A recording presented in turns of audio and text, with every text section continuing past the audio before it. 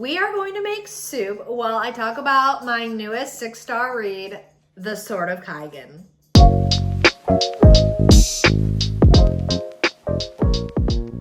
I'm going to show you guys how to make one of my favorite soups ever. I call it toot soup because it has like 300% of your daily fiber. I start with vegetable broth because I don't eat meat, but you can start with whatever kind of broth you want. So I finished reading yesterday, The Sword of Kaigen. It's by M.L. Wong, and it says it's a Theonite war story. And so I was like, cool, this is going to be like the first book in a series. And I love a fantasy series. Next, I'm gonna add in soy sauce. I prefer adding this instead of just salt. I like an Asian style tasting soup. So that's just my go-to. I also like mine spicy, so I'm gonna add gochujang into my broth as well. So I was like, cool, I love like a high fantasy series. This is gonna be amazing. But then as soon as like you start reading the book, there's an author's note, and basically like the series was abandoned.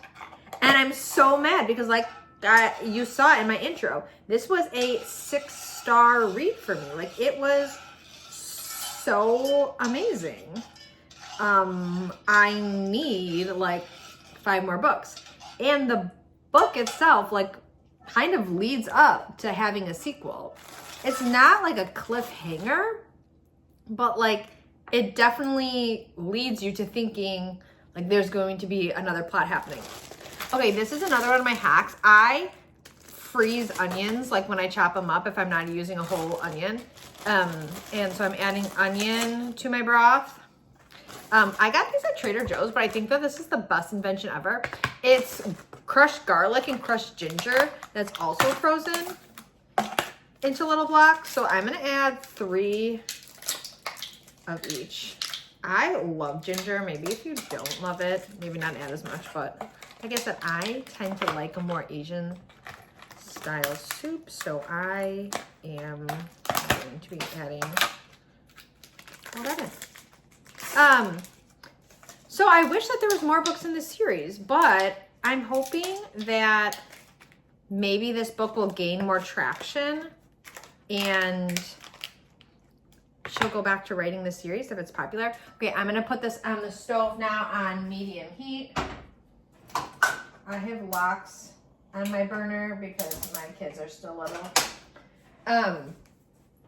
Because she just wrote, the author M.L. Wong just wrote Blood Over Brighthaven as well. I think it came out like 18 months ago, and that's becoming like really, really popular now.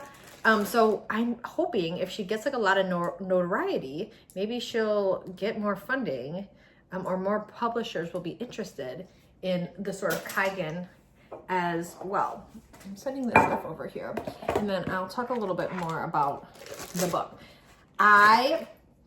This is my Hobonichi planner. I like just write like little notes for myself in here at the end of every day, but I also use it for making notes about what I read as well. So this is like my page for The Sword of Kaigen. So there's tons of characters. This is an Asian style fantasy. It takes place in a made up fantasy land. So it's not like it's like China or Japan. It's like its own made up country.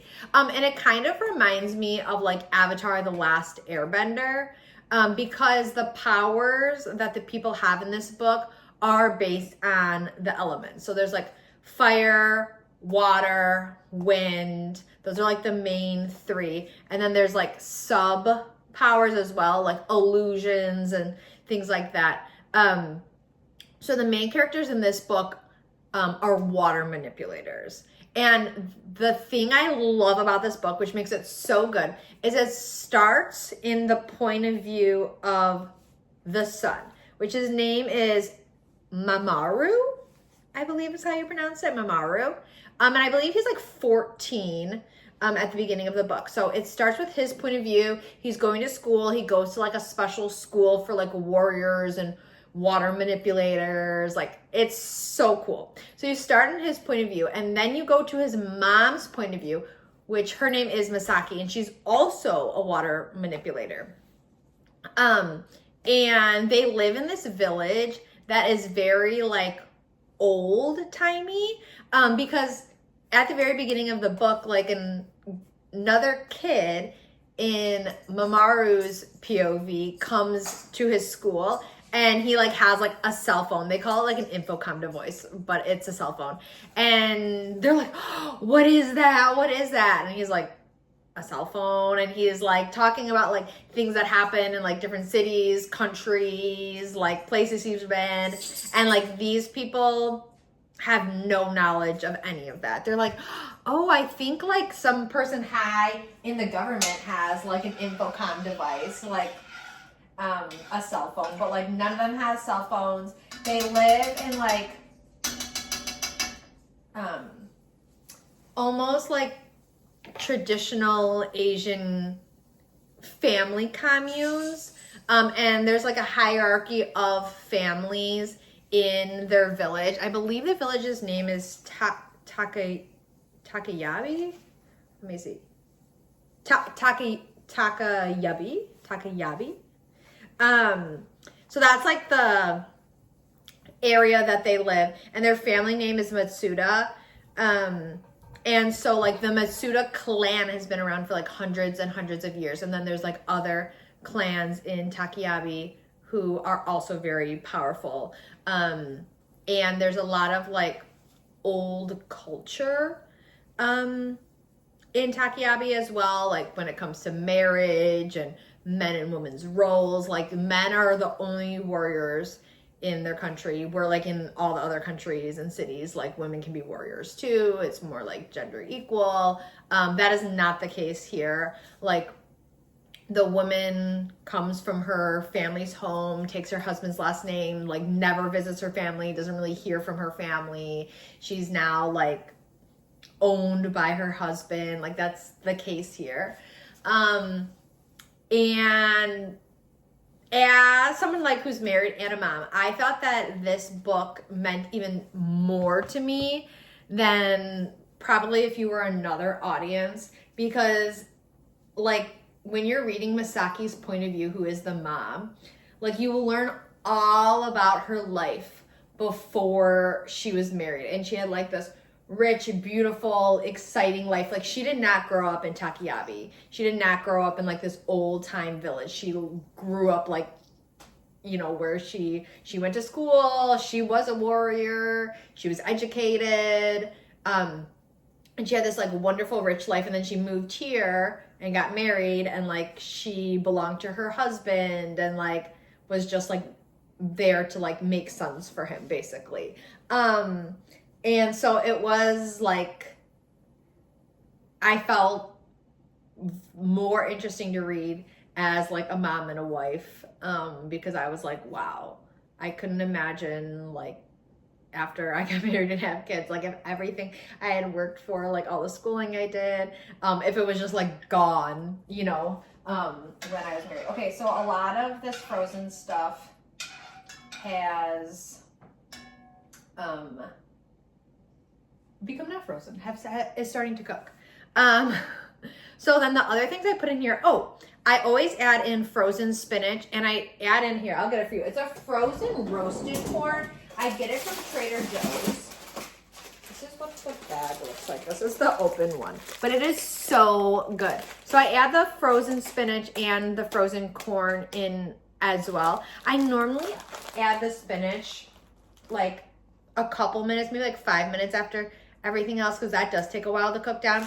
I add this in closer to the end because since the corn kernels are so small, it doesn't take a long time for them to cook. But I am going to add frozen spinach in as well. And then I'm going to add in noodles at this point. You can use any kind of noodle you want, but I normally add shells. I love the shells in this soup. I just added my frozen spinach in, and I'm going to add about half a box of shell noodles as well. And then I'm going to cover it because I want this to cook But I'm gonna be stirring it like every couple minutes because I don't want any of the shells sticking to the bottom.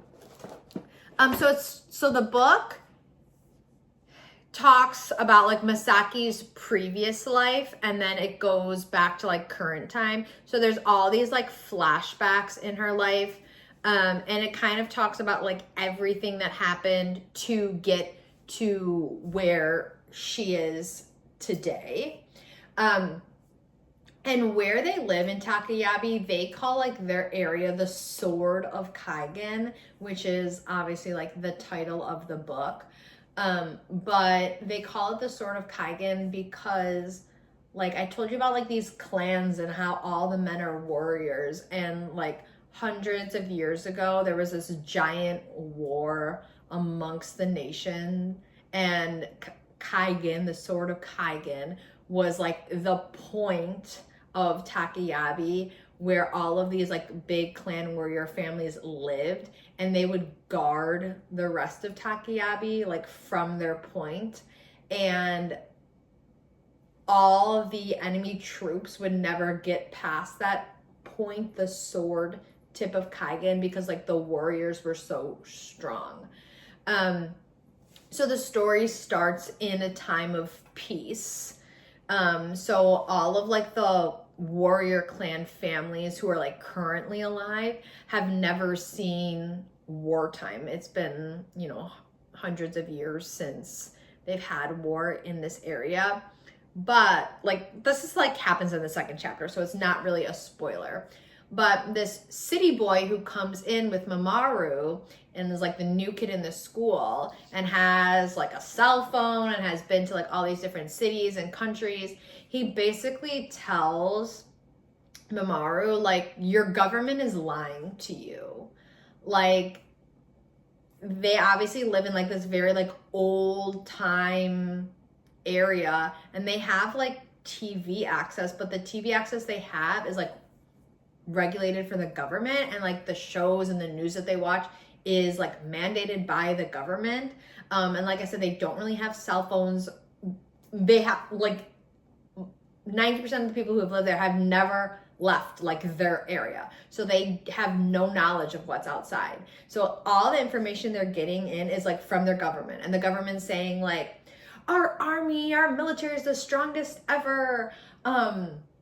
You know, like we're so well off, like we have so much wealth, everyone is looking to us as this great power. And like this city kid come in, his name's Kwang Chuli, I believe, and he comes in and he's like, that is not the case at all.